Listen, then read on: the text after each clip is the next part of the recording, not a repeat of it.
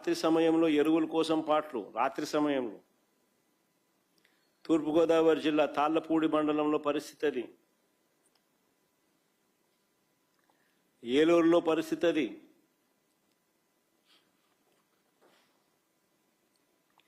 నూజివీడు నియోజకవర్గంలో పరిస్థితి అది. ఎన్టీఆర్ జిల్లా గొల్లపూడి ఎరువుల కోసం క్యూ కట్టిన రైతుల పాదరక్షలు. గుంటూరు జిల్లా రేపల్లె వ్యవసాయ మార్కెట్ యార్డ్ గోడౌన్ వద్ద రైతుల ఆందోళన. ఎరువుల కోసం ఇదంతా. పామరు మండలంలో ప్రకాశం జిల్లా పామరు మండలంలో పామూరు మండలంలో కురమద్దాలిలో పరిస్థితి అది. సత్యసాయి జిల్లా సోమందపల్లెలో పిఎస్సి వద్ద పరిస్థితి. అన్నమయ్య జిల్లా మదనపల్లెలో క్యూ లైన్లో పరిస్థితి. చిత్తూరు జిల్లా కుప్పం సొంత నియోజకవర్గం, చంద్రబాబు నాయుడు సొంత నియోజకవర్గంలో పరిస్థితి అది. ఏడన దుంకి సావచ్చు చంద్రబాబు నాయుడు. కనీసం కుప్పంలో కూడా కనీసం ఆయన సొంత కాన్స్టిట్యున్సీ రైతుల పరిస్థితి అట్లుందనంటే. ఇది వ్యవసాయ శాఖ మంత్రి కాన్స్టిట్యున్సీ. శ్రీకాకుళం జిల్లా మంత్రి అచ్చెన్నాయుడు నియోజకవర్గం టెక్కలిలో పరిస్థితి అది. క్యూ లైన్లలో ఇద్దరు ఏదైనా బాయోగి ఏదైనా చూసుకొని దుంకుతే బెటర్.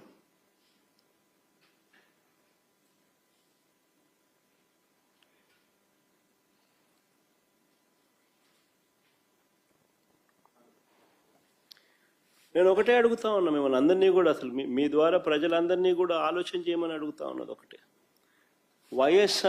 వైఎస్ఆర్సిపి పాలనలో, అంటే మా పాలనలో గతంలో జరిగిన మా పాలనలో వైఎస్ఆర్సిపి పాలనలో 5 ఏళ్లలో ఎప్పుడైనా ఎక్కడైనా రైతులు ఇలా ఎరువుల కోసం రోడ్డు ఎక్కడం ఎక్కడైనా చూశారా అని అడుగుతా ఉన్నా. Simple question. వైఎస్ఆర్సిపి 5 ఏళ్ల పాలనలో ఎప్పుడైనా ఎక్కడైనా ఇలా రైతులు ఎరువుల కోసం అగచాట్లు పడడం, రోడ్డెక్కడం ఎక్కడైనా ఎప్పుడైనా చూశారా అని అడుగుతా ఉన్నా. మరి ఎందుకు జరగలేదు? వైఎస్ఆర్సిపి ప్రభుత్వ హయాంలో ఎందుకు జరగలేదు? ఎందుకు చంద్రబాబు నాయుడు గారి హయాంలో మాత్రమే ఎందుకు జరుగుతూ ఉన్నాయి? అదే ముఖ్యమంత్రి పదవే కదా. అప్పుడు జగన్ ఉన్నాడు, ఇప్పుడు చంద్రబాబు ఉన్నాడు. అదే ముఖ్యమంత్రి పదవే. అదే అధికారులే. అప్పుడున్న అధికారులే, ఇప్పుడు కూడా అధికారులే. అదే అధికారులే. మరి ఎందుకు ఈ పరిస్థితి? ఇప్పుడు ఎందుకు ఆ పరిస్థితి ఉంది, అప్పుడు ఎందుకు ఆ పరిస్థితి లేదు? కారణం జగన్ అనే వ్యక్తికి రైతుల మీద, రైతులకు కష్టాలు రాకూడదు, ఉండకూడదు అని తాపత్రయం ఉండేది.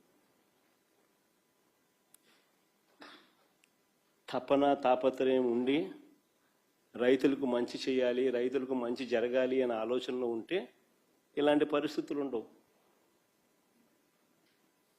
అది తేడా.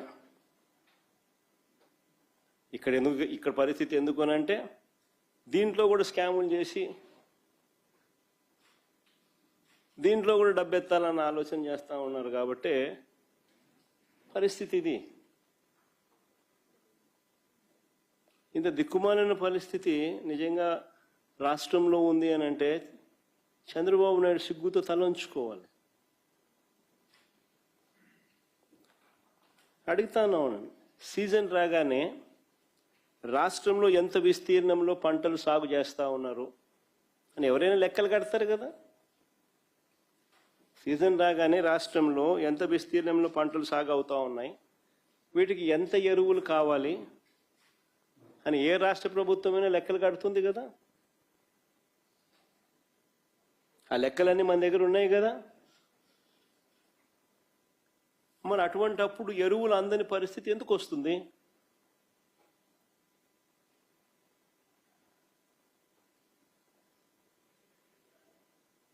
మొన్న ముఖ్యమంత్రి స్టేట్మెంట్ చూశాను, నేను ఆశ్చర్యపోయినా. నేను ముఖ్యమంత్రి గారు అన్న స్టేట్మెంట్, ఈ ఖరీఫ్లో 6,65 లక్షల మెట్రిక్ టన్నుల యూరియాను నేను సప్లై చేశామని, గత సంవత్సరంతో పోలిస్తే 97,000 టన్నులు అధికంగా ఇచ్చామని ముఖ్యమంత్రి స్టేట్మెంట్ ఇది. ఈ ఖరీఫ్లో 6.65 లక్షల మెట్రిక్ టన్నుల యూరియాను సప్లై చేశామని, గత సంవత్సరంతో పోలిస్తే 97,000 టన్నులు అధికంగా ఇచ్చామని చంద్రబాబు గారు మొన్ననే ప్రెస్ మీట్లో చెప్పారు. ప్లే చేయమ్మది ఒకసారి ఆయన అన్న మాటలు కూడా. దగ్గర దగ్గర 3 లక్షల టన్నులతో ఓల్డ్ బ్యాలెన్స్ ఉంది. దాంతో కలిపి ఇప్పటికి 6,65,000 మెట్రిక్ టన్నులు యూరియా అందుబాటులో పెట్టాం. గత సీజన్తో పోల్చుకుంటే ఈ రోజు ఈనాటికి 97,000 మెట్రిక్ టన్నుల యూరియా అధికంగా సరఫరా చేశాం. రైతులకు ఈ మొత్తం యూరియా కూడా చేరింది. చంద్రబాబు నాయుడు స్వయంగా మాట్లాడుతూ ఉన్న మాటలు ఇవి. అధికంగా పాత బ్యాలెన్స్ కాక 3 లక్షల టన్నుల పాత బ్యాలెన్స్ కాక 6,65,000 టన్నుల యూరియాను సప్లై చేశామని, గత సంవత్సరంతో పోలిస్తే ఇది 97,000 టన్నులు అధికంగా ఇచ్చామని ఏకంగా ముఖ్యమంత్రి చెప్తా ఉన్న మాటలు ఇవి. మరి నేను ఒకటే అడుగుతా ఉన్నా,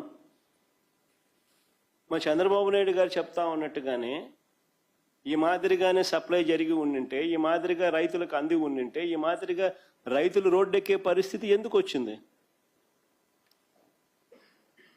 రాలేదనే కదా, ఆయన సప్లై చేయలేదనే కదా రైతులకు ఈ కష్టాలు ఎందుకు ఉన్నాయి?